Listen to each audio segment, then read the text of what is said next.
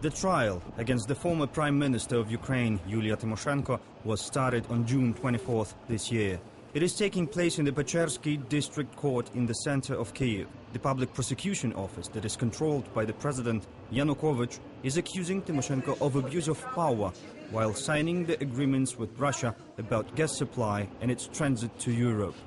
The case is handled by the judge Rodion Kireyev. He's 31 and he started his career just 2 years ago.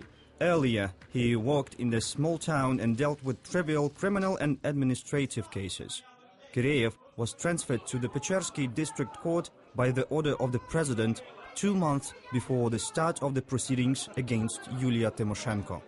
The trial started in the conditions which the ambassador of the European Union, José Manuel Pinto Teixeira, called unhuman. According to the law, trials in Ukraine are open. However, numbers of people who wanted to attend this particular one didn't manage to get into the courtroom that is only 40 square meters. It was too hot and tough in there. The clothes of the people were soaked in sweat.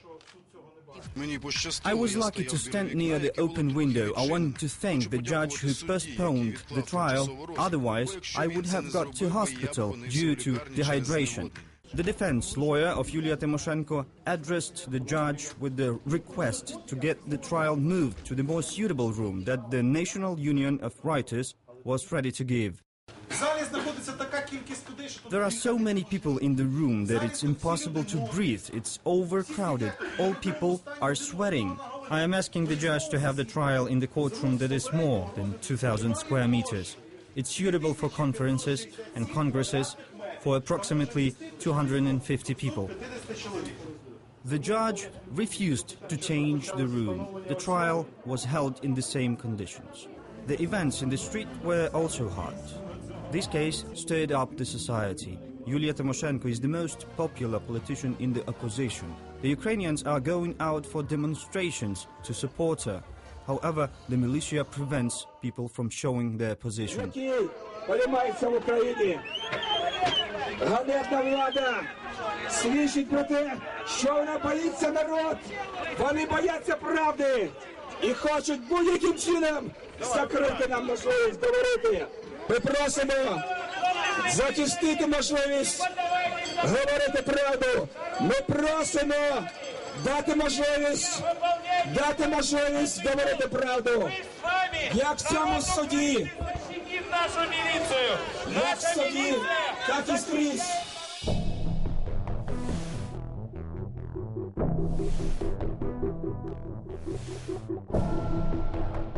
The main point of the trial is regarded differently by its participants. The Public Prosecution Office claims about the criminal offenses of Yulia Tymoshenko, but she and her lawyers are sure that it is an ordered political persecution. In order to create a positive image of an effective leader who managed to solve the problem of the gas crisis with Russia and at the same breath to prove her earlier statements about the necessity to remove the intermediary company Rosukrenergo from the market, Tymoshenko decided to accept unprofitable conditions for Ukraine and at all costs, even by abuse of power, to get the agreements made between Naftogaz of Ukraine and Gazprom. The court cannot clarify the point of the accusation of Tymoshenko. What's the real side of crime? The definition of crime? In what acts or inactivity? The court is at the dead end, so is the Public Prosecution Office. It's because at the stage of the pre-trial investigation, the Public Prosecution Office didn't manage to announce the definition of the crime. The problem is that the criminal law got into unnatural sphere that's not proper to it, the sphere of politics. In this court, the only aim of the prosecutors and the judge is not to give me a chance to say a word in my defense and give the objective information to people who watch this reprisal on TV. That's why I am interrupted by the judge or the prosecutors at my every word. All this was staged in advance at the president's administration. The trial is being carried out just with the political aim, and this aim is to eliminate the opposition, which is very active in Ukraine. During the proceedings, the lawyers of Tymoshenko don't have any opportunity to get ready properly for the hearings. The judge Kireyev gave them only 3 days to study 5,000 pages of the case. As a result of bad fatigue, one of the lawyers, Mykola Tatarenko, couldn't participate in the trial. I'm exhausted. I cannot participate fully in the trial and give the professional legal help to my client due to my health condition. Mykola Tatarenko felt bad and an ambulance was called. The lawyer was helped to the car. He's feeling serious pain in his chest. He was injected with some medicaments and was urgently hospitalized to the cardiology department. The defense of Tymoshenko is constantly facing obstacles. We see the militia prevent the lawyers from getting to their working place by the order of the judge. Moreover, the judge didn't allow Tymoshenko to invite foreign lawyers. In addition, he deprived the defendant of her 2 lawyers. One of them, Sergei Vlasenko, was made to leave the courtroom. The judge is to rush through the case and to pass sentence. That is why the lawyers are removed. More prosecutors are invited and everything is done in order to hear the case without any evidence as soon as possible. Yulia Tymoshenko herself was made to leave the courtroom twice. A representative of the Public Prosecution Office announced the accusation in her absence, contrary to the law.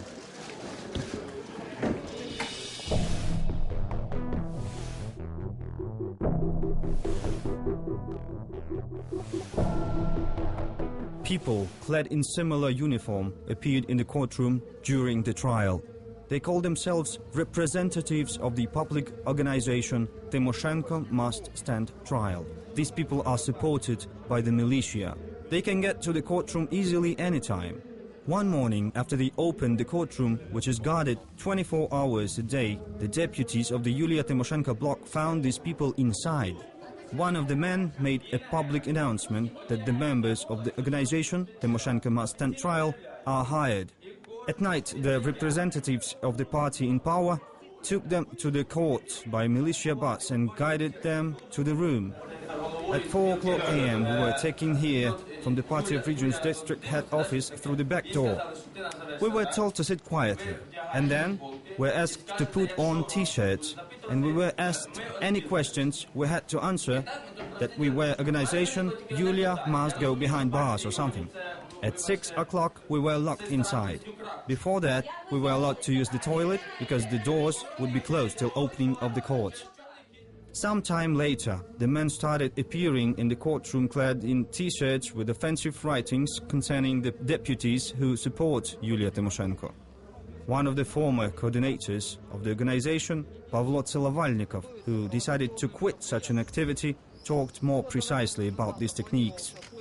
Pavlo showed the journalists printed materials tarnishing the reputation of the opposition leader and her supporters, and the faked journalists' evidence, which was used by the members of the so-called public organization. Pavlo added that it's all run and sponsored by the Party of Regions. These claims were made right after his companions planned a bloody provocation. A provocative action is being prepared. It was told to find a man who in advance, just 1 day before it, got injuries. Fighting with the deputies of the Yulia Tymoshenko bloc will be organized. All this is done by our provocators. And then it will be used for addressing the Public Prosecution Office and the Verkhovna Rada with a request to deprive the deputies of their immunity, to discredit them. It is to be the reason not to let the deputies into the courtroom.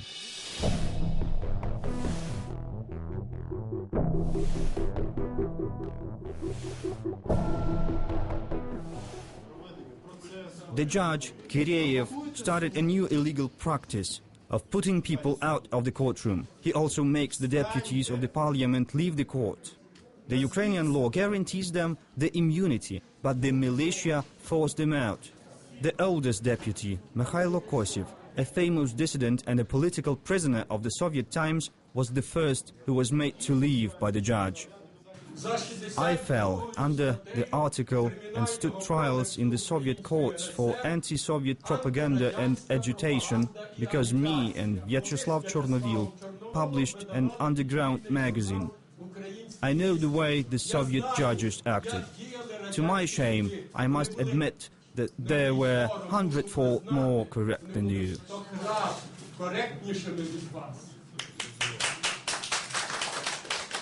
The militia didn't dare to force Mikhailo Kosev out.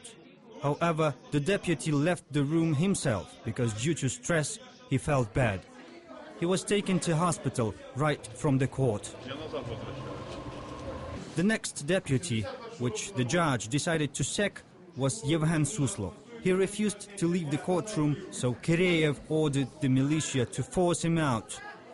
The deputies and the journalists were victims of the militia subdivisions. They were just pushed out of the room. The television equipment was damaged.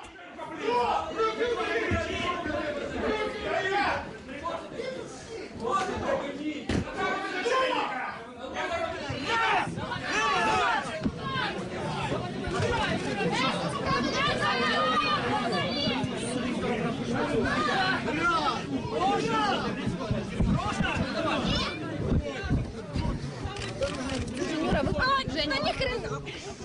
С какой стати я работаю? Дай пройти.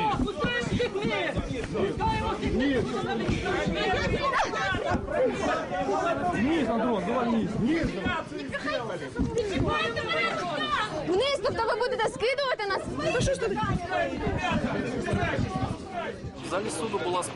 There was an attempt of the militia subdivisions, Berkut and Grifon, to storm the room. First they asked the journalists to leave the courtroom, so that they left the room, and it was not filmed. When the journalists refused to leave because there weren't any legal grounds for this, the militia started the real storm. They physically squeezed all present, broke cameras and people. All that took place in the Pechersky court. It's a shame. During the authoritarian regime, which used to be here just some years ago, such things never happened. The militia didn't